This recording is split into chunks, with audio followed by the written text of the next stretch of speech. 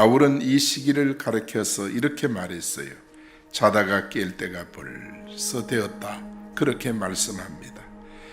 그것은 바로 사도 바울이 무엇을 염두에 두고 이 말을 했느냐 하면 종말을 앞에 두고 바울이 이 말을 한 거예요. 당시 사람들은 메시아를 기다렸음에도 불구하고 메시아가 오셨어요.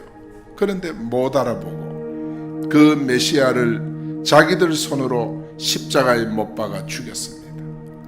그 주님께서 죽은 자 가운데 3일 만에 하나님이시라는 증거로 부활하신 거예요.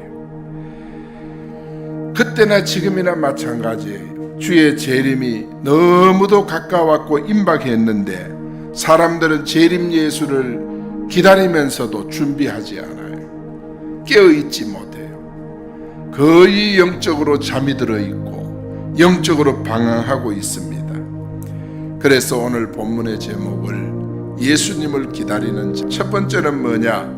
구원이 가까웠음을 알게 됩니다. 이 주님을 기다리는 자예요. 구원이 가까웠구나. 구원이 임박했구나. 11절에 보니까 너희가 이 시기를 알거니와 자다가 깰 때가 벌써 되었으니 이는 이제 우리의 구원이 처음 믿을 때보다 가까웠습니다. 예수님 재림이 가까웠다, 그 말인 것입니다. 종말 완성이 임박했다. 우리 예수님 재림하시면 이제 끝나잖아요. 여러분, 구원이라고 하는 것은 원문의 뜻은 구출한다는 이런 뜻이 있어요. 바울은 그래서 그거를 가리켜 구원의 완성이라 그렇게 표현을 한 것입니다. 우리 예수님께서 이 땅에 오셔서 자기 백성을 완전히 구원하는데 자기 백성은 한 영혼도 잃어버리지 않아요. 세상에 과학이 아무리 발달해도 실수가 있거든요. 컴퓨터가 아무리 정확해도 오류가 있습니다. 그러나 우리 예수님께서 자기 백성을 구원시키고 천국 가는 데는 오류가 없습니다. 거기는 실수가 없고 고장이라는 것이 없어요. 정확하게 예수 그리스도를 마음속에 영접한 자가 하나님의 자녀예요. 여러분은 마음에 예수님을 영접하고 하나님의 자녀가 된 줄로 믿습니다. 우리는 이 믿음 가지고 이 세상을 살아야 돼요. 왜냐하면 이 세상은요, 정말 마지막 시대가 될수록 종말의 징조가 나타나요. 거짓 선지자들이 활동하고 적그리스도가 출현하고 여기저기 전쟁 소문이 일어나고 기근이 일어나고 열병이 일어나고 지금 우리 전 세계가 열병에 시달리잖아요. 왜 그러냐? 주의 재림이 더 가까웠기 때문입니다. 베드로는 만물의 마지막이 가까웠으니 그러므로 너희는 정신을 차리고 근신하며 기도하라 그랬어. 바울은 평안하다 안전하다 할 그때에 멸망이 갑자기 이르리니 결코 피하지 못하리라. 여러분, 멸망 피할 사람 어디 있습니까? 우리 인생은요 그런 거예요. 주님 의지해야 됩니다. 주님 붙잡아야 합니다. 주님과 함께 해야 됩니다. 주님이 마지막 순간 여러분의 도피처가 될 줄 믿습니다. 여러분의 보호처가 될 줄 믿습니다.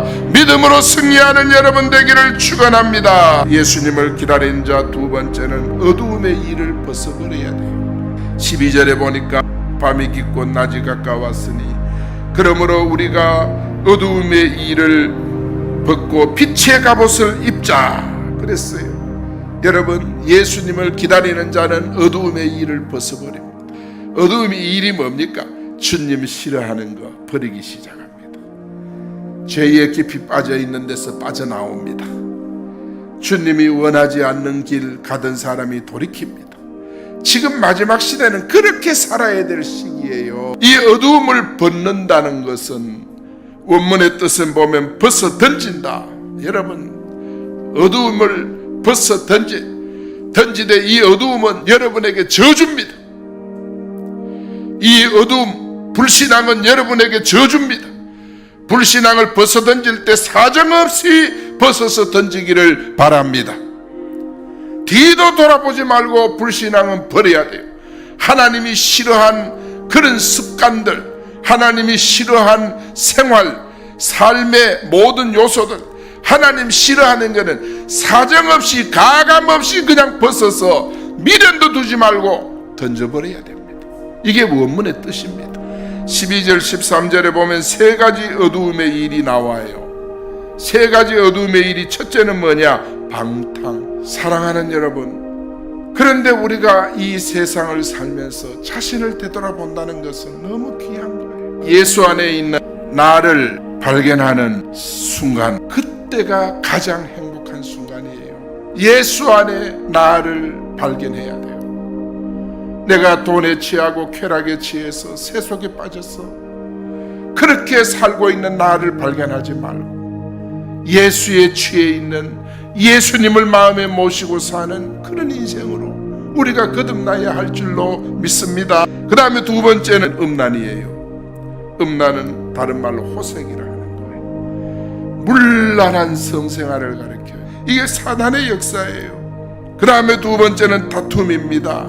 왜 다툼이 일어납니까? 시기와 질투 때문에요. 정말 하나님을 떠나고 이 세상 마지막 때 우리는 정말 어두움의 일에, 죄악된 일에 빠지게 만드는 거예요. 그렇기 때문에 우리가 정신을 차려야 하고 마지막 순간까지 주님을 꼭 붙들고 믿음 안에 흔들리지 말고 굳게 서서 나아가는 우리 믿음의 성도들이 되기를 예수 이름으로 축복합니다. 그 다음에 세 번째로, 예수님을 기다리는 자는 예수 그리스도로 옷을 입어야 돼요. 14절 말씀, 예수 그리스도로 옷 입고 정욕을 위하여 육신의 일을 도모하지 말라, 그렇게 말씀했어요. 옷을 입는다고 하는 것은 가리운다, 그리고 덮는다, 이런 뜻이 있어요. 우리는 주의 말씀으로 여러분의 부끄러운 수치인 죄를 가리워야 할 줄 믿습니다. 덮어야 할 줄 믿습니다. 그리고 우리는 어떤 옷을 입어야 되느냐? 빛의 갑옷을 입어야 돼요. 12절에 보니까 빛의 갑옷을 입고, 14절에는 이 빛의 갑옷이 뭐냐고 해석을 해놨는데 그 해석이 바로 뭐냐? 예수 그리스도로 옷을 입으라. 빛의 갑옷이 바로 예수 그리스도를 가리켜요. 여러분, 예수 그리스도로 옷을 입는 여러분 되기를 바랍니다.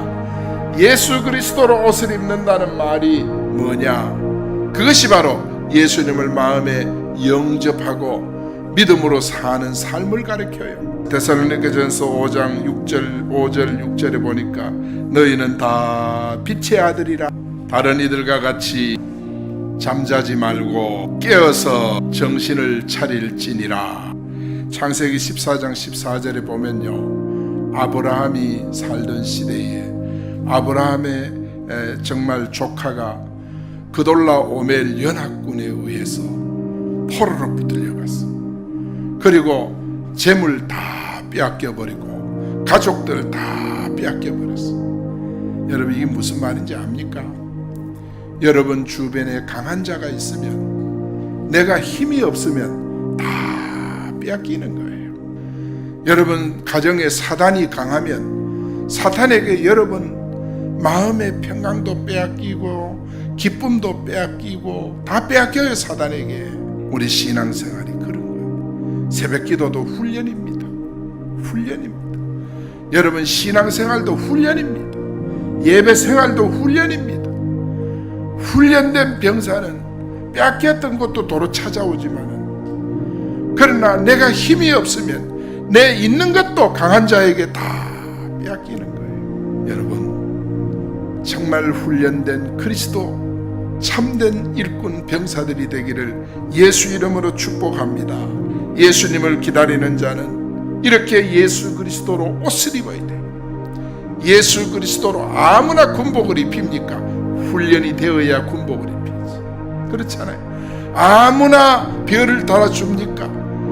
그 정도의 경력이 쌓여야 별을 달아주지. 그렇지 않습니까? 우리가 이 마지막 시대 정말 천국 스타로서 예수 그리스도로 제복을 입는 우리 진천교회 성도 여러분이 다 되시기를 축원합니다.